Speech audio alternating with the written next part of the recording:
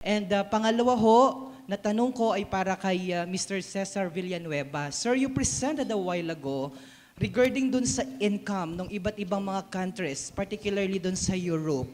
Meron na po ba kayong study gaano ho kalaki o magkano ang tinatayang income nitong ating cyclotourism dito po sa Mimaropa muna? Sa Marinduque and then sa Mimaropa in particular. Okay, thank you so much for that question. Unang sasagutin ko yung income no sa dito sa ano. Actually wala pa kaming research no because we're just yung present ko kanina yung binigay ko lang yung figure na pwede nating marating in the future no. So yung Europe, yung America, ganun na sila kasi ka-famous sa kanilang cyclotourism. So, yung Philippines, so magdidepende po yan kung gaano tayo kabilis mag-prosper doon sa ating project. So, dadagdag ko lang doon kanina, yung sa role ng mga industry partner na it's a matter of law of supply and demand naman kasi na pagka meron ng demand, napakita natin yung mga businessmen magtatayo na yan ng kanilang mga dapat na isusupport doon sa mga riders. For example, kailangan magtayo tayo ng mga cafe na merong parking at merong lalagyan ng helmet kasi ang nagbabike ay naka-helmet. Kailangan hindi nilalagay yung helmet sa mesa. Kailangan merong rack na nilalagyan yan.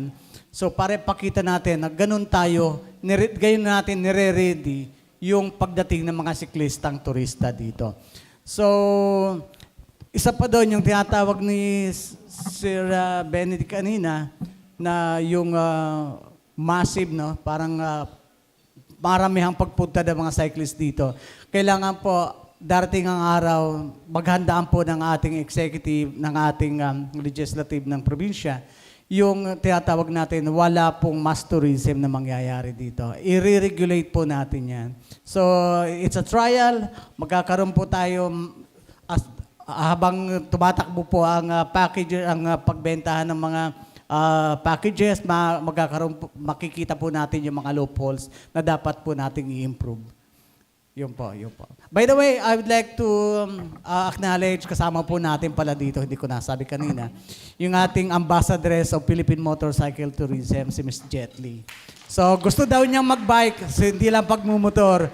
So, of course, dahil pinopromote po yung ating pong tinagtutulak sa Senado ng programang ito, si St. JB Ejercito po, yung nagtulak po dito na cyclotourism aside from the motorcycle tourism.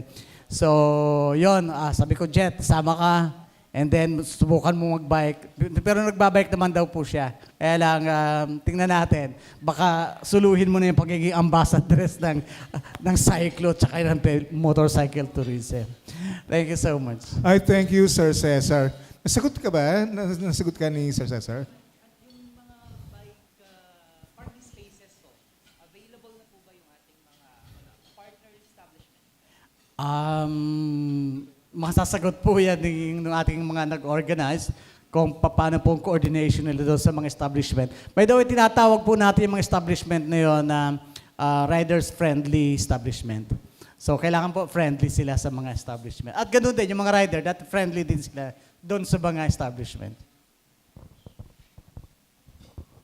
Sa ngayon po dito sa Marinduque, may mga establishment na po talaga na bike ready. Naglalagay na po sila ng sabitan, ng sombrero at saka ng jacket. Pero hindi pa lahat. Yun lang pong alam na mostly ang gumawa pa lang nito yung usual na napupuntahan na like Panuluyan, Balar. Meron na silang ganon na may sabitan. So siguro, kaya nga sa package na ginawa natin, pag wala pang ganon, wag muna nating isama. Yun lang yun. Kasi magpo-problema't pa tayo ng parking. Doon na muna tayo sa may parking. So pagdating ng time at marami gusto nilang makasama, baka naman makapaglagay na ng parking. So yun lang muna yung sa evaluation ngayon.